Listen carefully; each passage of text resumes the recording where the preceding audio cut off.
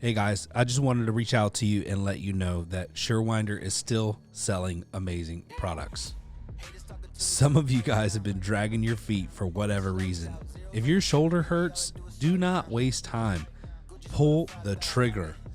I just bought 4 or 5 of them, and we had 2 guys out. You know how much it cost me to pay for 2 guys being out with bad shoulders? We just pulled the trigger and we said, listen, everybody's going to have one on a truck. It's mandatory. You got to use it. Don't hesitate. Don't wait till your guys go down. It's going to cost you more. Buy a Surewinder. What's up, guys? Ryan here at Torsion Talk Podcast, and it's been an adventure lately. Right, Tamara? Yeah, lots of stuff. Lots of stuff. I was going down the list of the things that are like super important, kind of important, not important. And holy cow, that exercise alone will make you rethink your life. Yeah. So I do a lot of unimportant stuff and trying to reevaluate that. So hope everyone's good out there in the land of garage doors. We definitely have had some high highs and low lows this year, including some UFOs. I don't know what's going on with that. Is it a total distraction, Tamara, or I mean, nobody's paying attention to it. It freaks me out. Like, I don't know why it's not more of a big deal personally. Like, I don't know. I think it's gaslighting or like diversion or something. I don't know. But anyway, today we have some guests online that I'm very excited about. So we've got Amy and Wes. Do you prefer Wes or Wesley? Either one's fine with me. Okay. I've always called you Wes, so Most people do. So Amy and Wes from IDA. Wes is the president, right, Wes? Correct. And Amy is with the management company, and she helps organize IDA, create vision, and execute on the things that are voted on and things like that, right, Amy? Operational, yeah. Operational. And Amy's been on the show before. She's, I really liked her vision and ideas when she came on. So we've been in full support of Amy, and we want to bring them back on and just share, because it's been probably 3 or 4 months. Yeah. Just wanted to bring you back on, share a little bit how the regional shows are going, a little bit about the IDA, some improvements you guys have made. Last time we touched on the fact that you guys had, we got the vote that we were looking for to decrease some manufacturers on the board and then add some dealer seats and also get volunteers approved, because previously there couldn't be volunteers outside of the people that were voted in, right? Correct. So, yes. That probably lifted a lot of stress off of the few people that you guys had as volunteers previously that were voted in. So would love to hear all the updates on all of that stuff, as well as what's coming up. We got IDA happening in October. Where is it at? Milwaukee. I was going to say that, but I thought Milwaukee was stuck in my head because the Braves have played them a lot lately. So I didn't want to get it wrong. And then we have in April, we've got IDA Expo, the big show. Yes. Is what I would call it, the big show. But you guys call it Plus, Expo Plus, I think. Yeah, that's where the plus came from. Yeah. So we're doing Expo Plus in April. That's the big show where, you guys are planning on going all out. And so I'd like to talk a little bit about that too. So Amy, Wes, if you guys want to kick it off, give us a little update on how things have been going. Sure. So I'll kind of start on the operational side here with IDA. Our EduCon in April, we had 377 attendees, including about 50 non-members. So a lot of new blood coming in, which is great. We're excited to have them on board. And that was about almost double what our budget was. So we came out on top for that event. We're looking forward to another great event in the fall, like you said, in Milwaukee.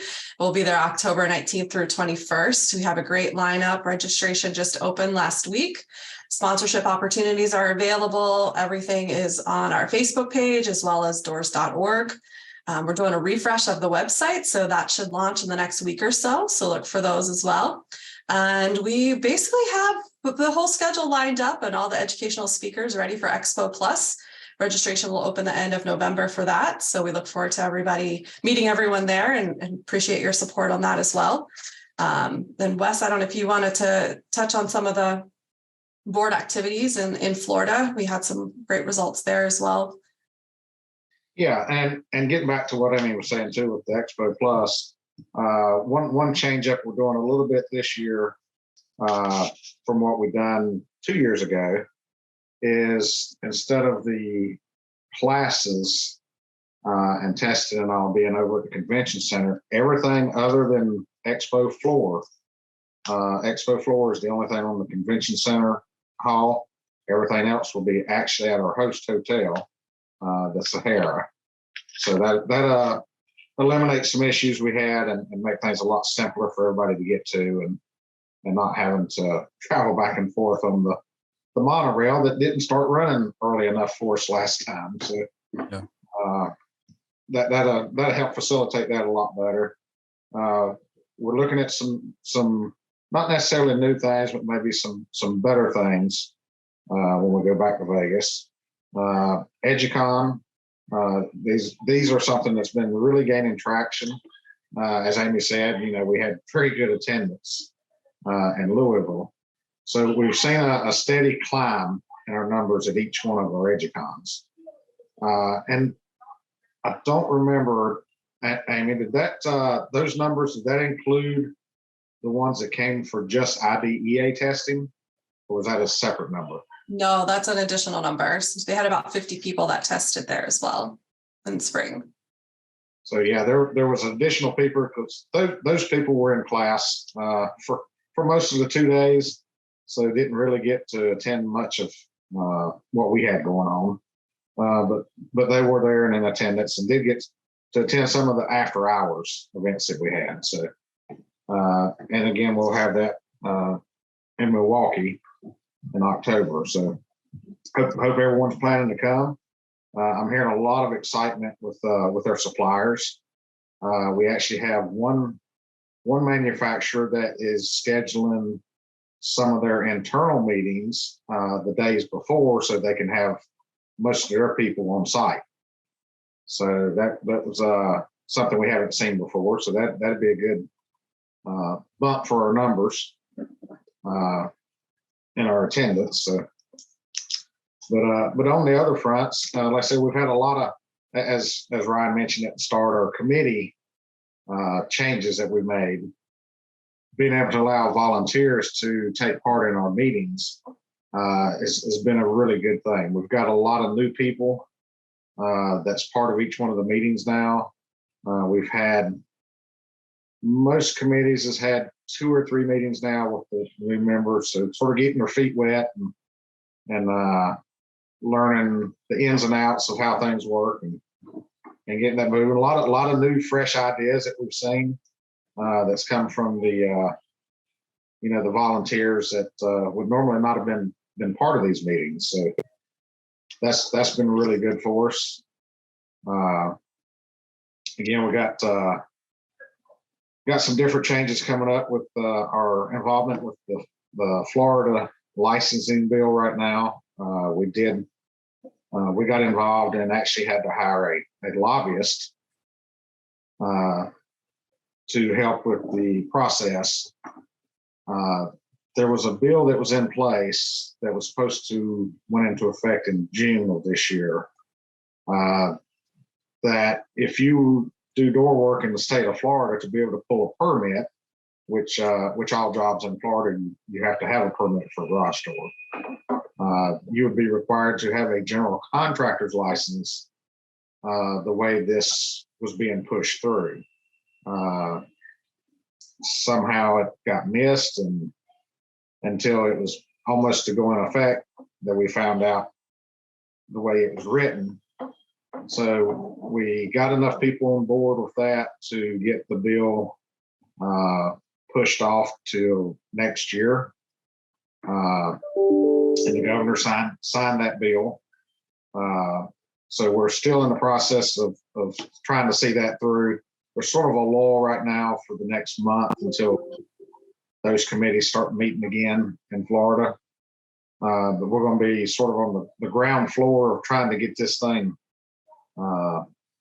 planned to, and what we really want to do is have more of a specialty license for garage door dealers that they can obtain, instead of requiring all these other, of course, trying to require a contractor's license to be able to put in a garage door was a little excessive. So the specialty license is the direction that we're trying to steer that. Again, you're still dealing with Congress and Senate to get this through. But we're very hopeful that they seem to be listening to us and paying attention at this point. So that should be a pretty easy push to get moving forward. Something else that we've got coming up soon, and I don't know when our actual date's going to be on this. Amy can update us, but we've actually not restructured, but we've moved our website to another platform, making it easier to make changes and maybe correct some issues we've had in the old system. We're actually doing some testing and reviewing of all that right now, trying to work out some of the bugs before we go live with it. So that should be coming up, I'm guessing, and Amy can help me with this possibly in the next month. Hopefully next week. So yeah, a lot of stuff going on behind the scenes. All of our directors have been busy. Again, planning these EduCons. We've actually just got the contract for a fall EduCon for next year. And we've already, let's say again. Where's that going to be? The fall next year will be in Orlando. Good choice. So, and then we got a spring one planned for 2025. And that one will be close to you. That one will be in Atlanta. What? That'll be awesome. Not a very far drive for me, so that's great. I keep hearing the question come up, like, what is Milwaukee like in the fall? It's quite cold, snowy. I know that it could be either coming up. Okay. Yeah, we're hoping that we're going to still be in some pretty mild weather by then. That was sort of the thing up in the air with that location, is we don't know what we're going to have when we get to October as far as weather. But everyone will be inside attending the session, so it's 75 and perfect in there. So we very well played. No worries. So the success that you had, we were in Louisville. That was your spring, right? Yes. I thought that was very well done. The idea of having them like all in one room probably wasn't great because it was super loud, like the speakers fighting over the sound of the presenters. But as John Maxwell says, if you're not failing, you're not trying. So I appreciate that. And so what do you contribute the success of that to? Because I'm under the impression like some of the last few Expo Pluses or just the standard annual Expo didn't get like significantly more people than that. So was it location, promotion? What do you guys think about what created the buzz and why people showed up to that one so much? I think it's sort of a few different factors. One being that, a lot of people, there hasn't been much to attend the last few years with everything else going on. So people's ready to get out and network and do some things again. Location was definitely a help for the spring, and springtime. Springtime was, generally when Expo was always planned. So, for door dealers, if they've always went to the expos, then they sort of already had that time mapped out that, hey, we're going to Expo. Well, now it's EduCon instead of Expo on the off years. So, so that still give them the availability to come. It's just, and then a lot of promotion. I know we've had more so now than we've had in the past. We've got a lot of our suppliers that is helping to promote these events. And we even had, I believe it was Resource. I didn't find out about until we got to Louisville that they had actually been running a promotion. Don't know how it was set up, but they had a customer that was buying from them that won through I think it was a drawing that they had, and they actually paid their way to come to Louisville.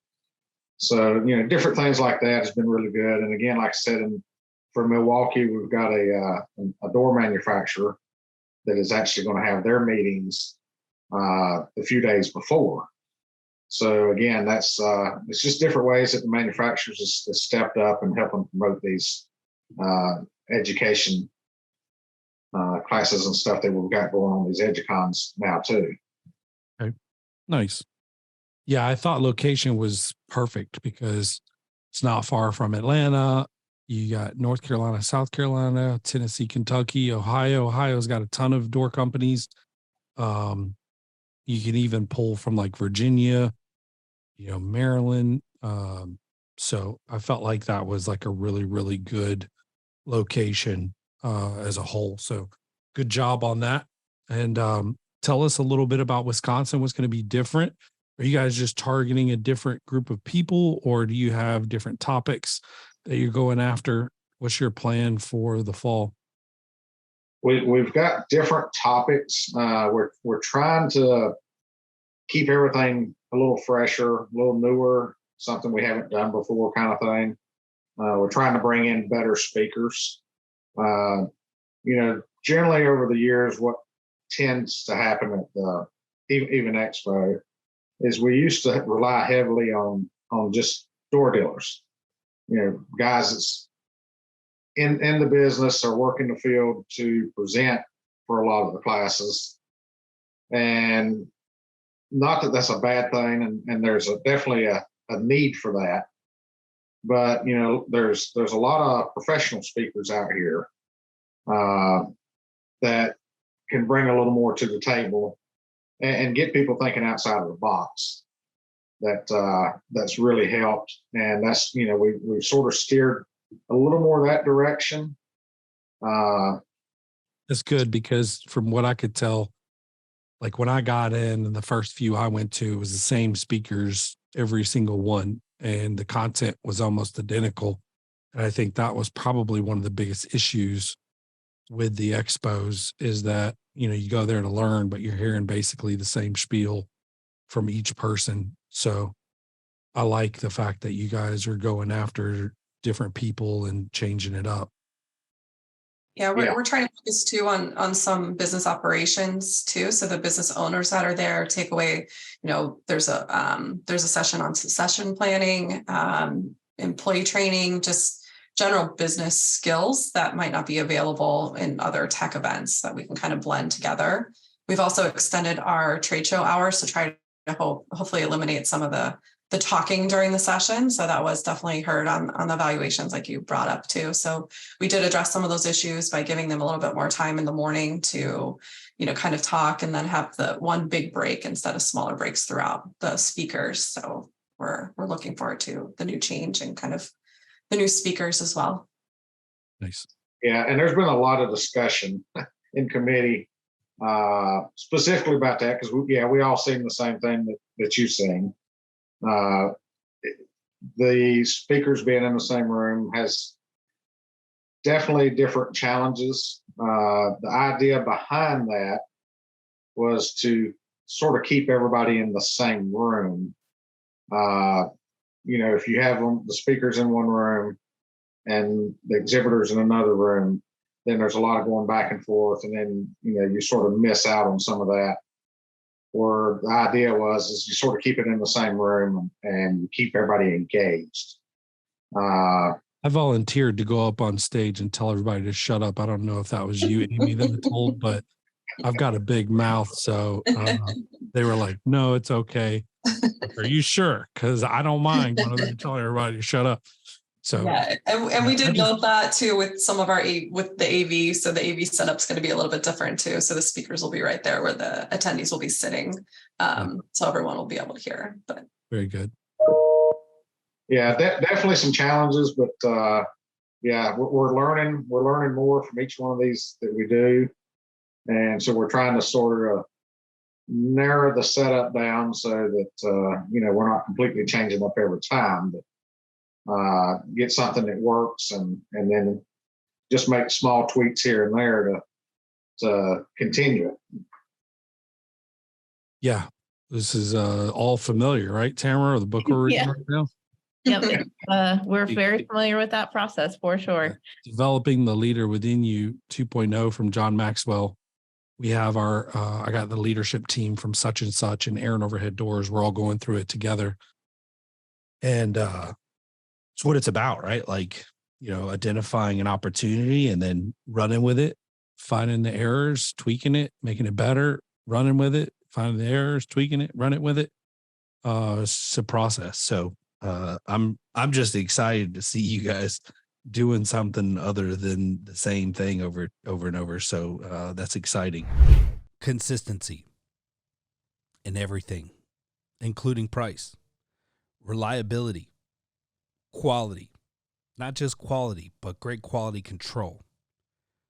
These are things that describe Somer USA. Somer's not some startup company, not one that you need to be worried about going out of business in the near future. Somer and their family of businesses are $200 million companies.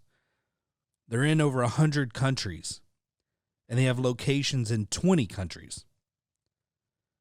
This is a large organization who stands behind their product and works through integrity. And there's not another company out there willing to drop what they're doing and help you out like Somer. These guys are awesome. Not only have they been loyal to the Torsion Talk podcast, they've been loyal to the technicians and the owners of the companies who install their product. In my opinion, if you're not at least offering Somer as an additional option, you're cheating yourself. Listen, first-time dealers, I've got a special for you. If you buy 10 or more Somers, while supplies last, we will offer you free shipping. You have no more excuses. The prices are great. The product is amazing. Go check out Somer USA and order 10 for free shipping. Tell me a little bit about how that vote that apparently there was a lot of turnout on this vote. We pushed it really hard in some of the social media groups and on the podcast and with GDU. But a lot of times we hear, yay, we got the vote we wanted, but like, how did that impact behind the scenes? Like what has that enabled? How has that changed the dynamic? What's come out of that that's been positive or negative? Can you share a little bit about that so that we can kind of see maybe the fruit of our labor for the 5 seconds it took for us to vote? Yeah, the vote went very well. It was overwhelming for the changes. For one, to be honest, I was hesitant with some of the changes. Mainly, well, from my perspective, coming in as the president is, okay, now I've got less people to work with. There's some good to that, but then that's less workers. So that was a little concern for me, but it's actually worked out very well. Right now, we've got a very good core group of directors on the board. And that was another thing that sort of led to the decision of going to a smaller board, is just being able to find people that can commit to the time that's involved to serve on the board was getting to be an even bigger challenge. Right. There seems to be a shift from, I remember when I was approached some years ago, because it took me 3 tries to actually get on the board. And the way the old setup was, that was, you ran for the board. If you didn't make it, then it was 3 years before that came back around, because everything was tied to specific regions. Now with just the 5 regions, and then you have at-large seats. You got at-large seats. We'll pretty much have at least one at-large seat coming open about every year. So if you can't run, if your region is, someone's still filling that region, and you want to get involved, you can actually run for one of those at-large positions. And actually, right now, we still have one at-large position, or international, or that's not at-large, that's a region. We decided to do the international as a region, and we currently do not have anyone in that position. So hopefully by next year, we'll have somebody that can run for that position, preferably a couple people that could run. What does it look like? What if you were to run? What would the responsibilities be? And when you say international, does that mean like everything but the United States? Correct. Yeah, it could be Canada, Mexico, England. We've had representation from quite a few different countries over the years, but that seemed to be a position that had got harder and harder to fill. Again, it's a commitment for those of us that's in the United States, and Canada is still, it's not the United States, but it's not that difficult. Say we had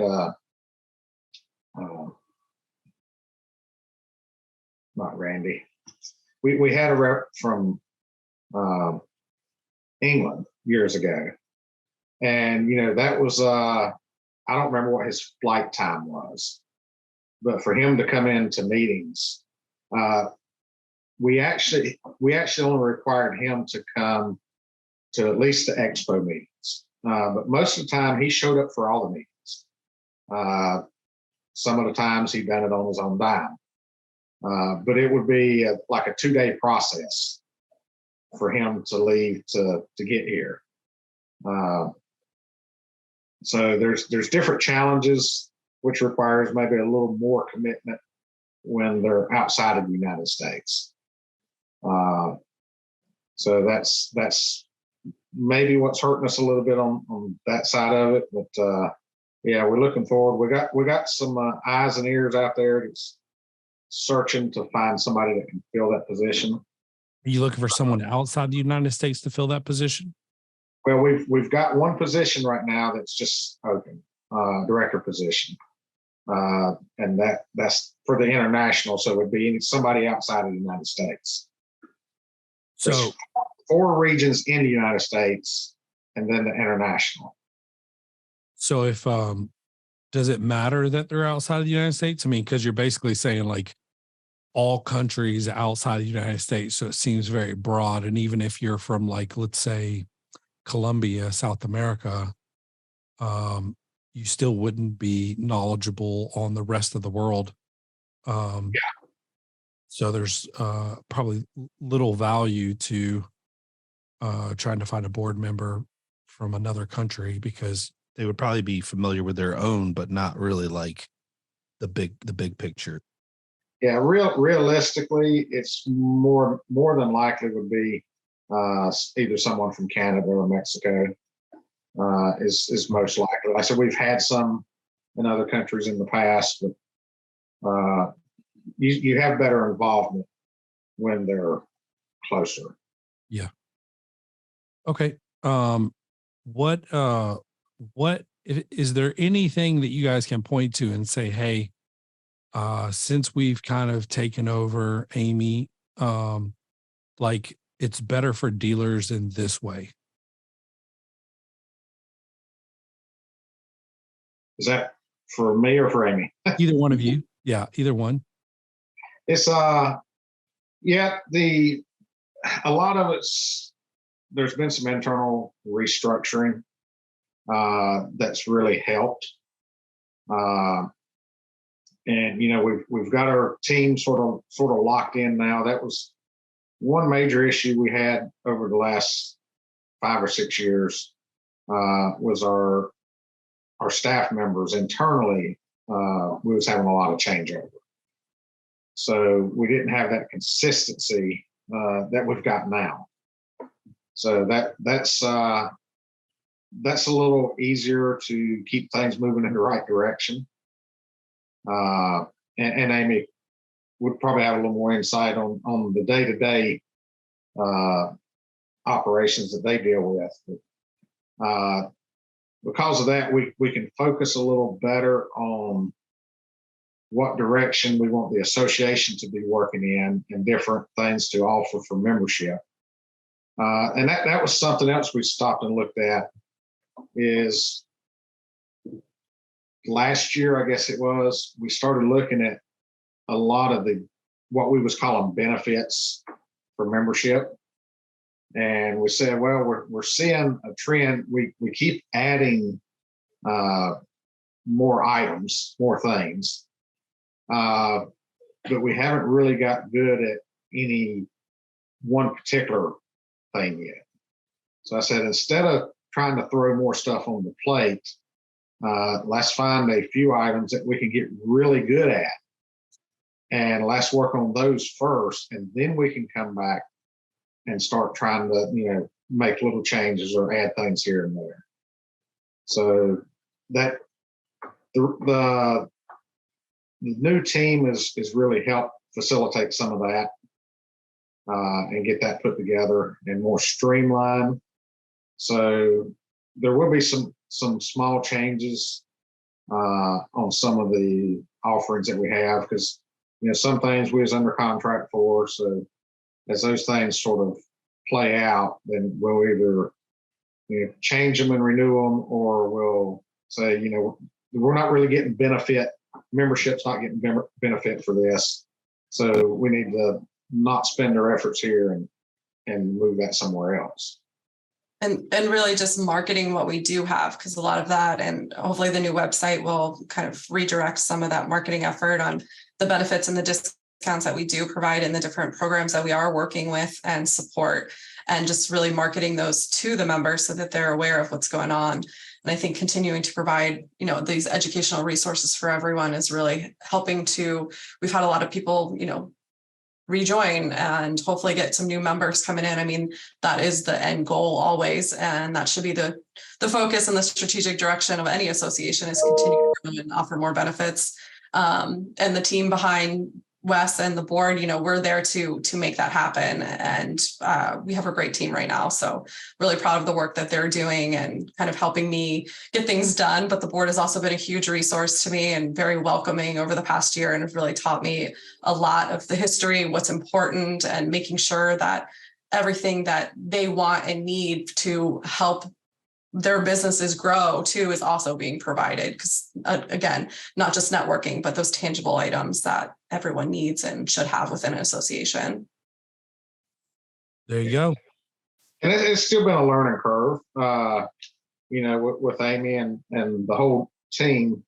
I'm sure before they got assigned to our account, I don't even know if they even realized what a garage door was.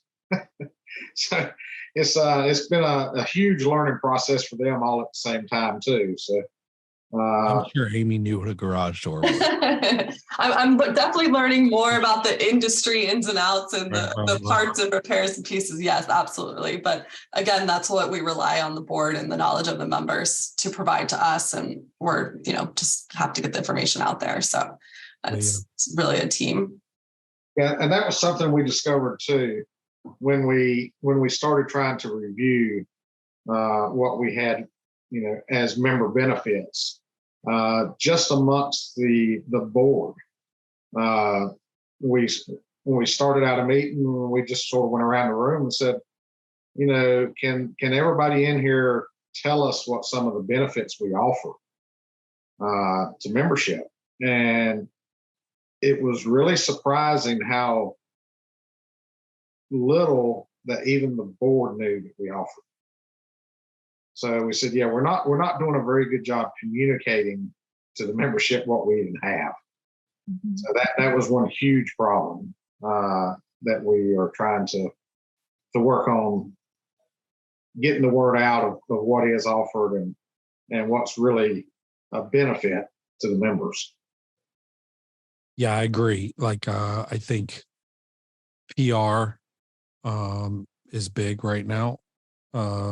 You guys probably are still fighting the outlook of previous regimes and the maybe lack of perception of value of the membership. And so we're still developing that, right? But yes, the communication, even it's like PR 101, right? Communication builds transparency. And I think you guys coming on here is very good. But I agree, I don't know how you guys are communicating with people now. I get the magazine and typically flip through it and selectively read articles or whatever. And I think you guys send out an email, but I'd imagine most of your subscribers to the email probably get a gazillion emails a day, and it's probably very easy for that to get lost as business owners. So that is one thing that we did change in February. We went to a monthly newsletter instead of a weekly newsletter. So the emails that go out occasionally are the ones that are call to action only. So the information, when it is read in that monthly newsletters, everything is a snapshot for the whole month for the association. And our click rate has doubled since we've done that. So we definitely heard that loud and clear. Good job. Yeah. And I know it's obvious, right? With Garage Door Freedom and GDU, you got a lot of people hungry for information, and there's probably honestly no one better to deliver that than you guys.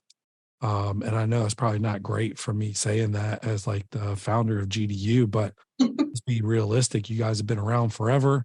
I've sat in on one of your meetings. You guys have cash. You got a bigger staff than most of us that are doing educational type stuff in the garage door industry. So I think it's, I don't view you guys as competition. I don't view Garage Door Freedom as competition. I hope you guys don't either. But we're all working, I think, with a similar goals to raise the bar in the garage door industry. And, for a long time, dealers haven't been on the same page with stuff. And, there's been a lack of places to get good information. And so now there's not really a lack of place to get information. It's where are we going to get information from? Right. And what information's there, and how's that going to help me increase my sales and my employee retention and all the things that are the biggest issues in my company.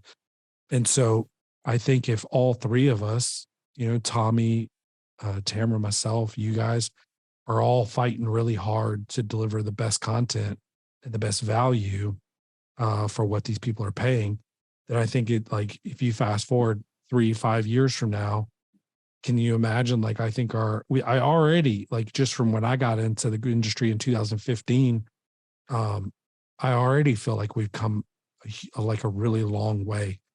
Even if you just eliminate the podcasts like Tommy and mine, and just go to the Facebook groups, I've learned so much through Facebook. And then you've got the podcast, you got the events Tommy's doing, events I'm doing, events you're doing. So I don't think there's no one has an excuse anymore to not have good information. So thank you guys for everything you do for the industry. Very excited to see what's coming up. Thank you for bringing it to Atlanta again. I heard the last one wasn't great, but I'll do my best to help promote it here. And we'll definitely bring a crew with us. But yeah, excited for Vegas.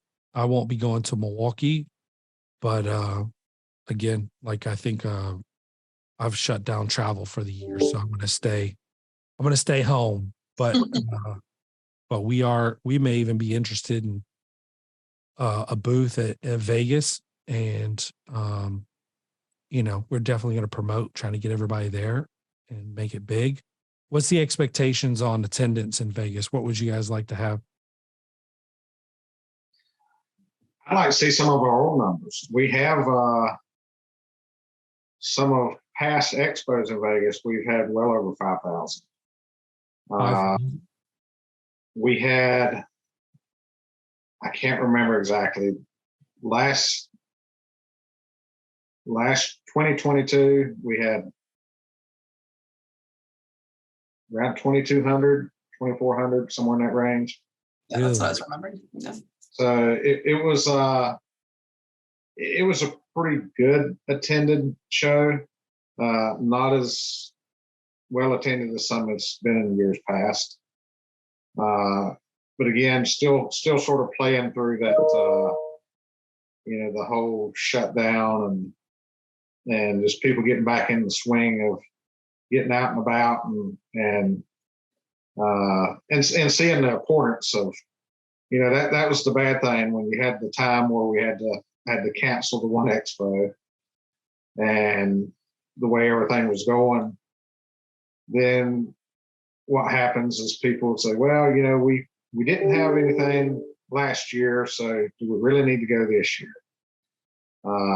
And that's something we're working really hard on, is to try to get the content and the different things that we're doing for Expo, so that when people look at it, they say, this is something I can't miss. We've got to be part of that. Because where else are you going to get the education and the everything that's offered? And more than anything, for me, it's always been the networking with other dealers. It's been the most valuable part of all of it. I've learned more. Yeah, I've learned more from the contacts I've made and the friends that I've made that's in this industry.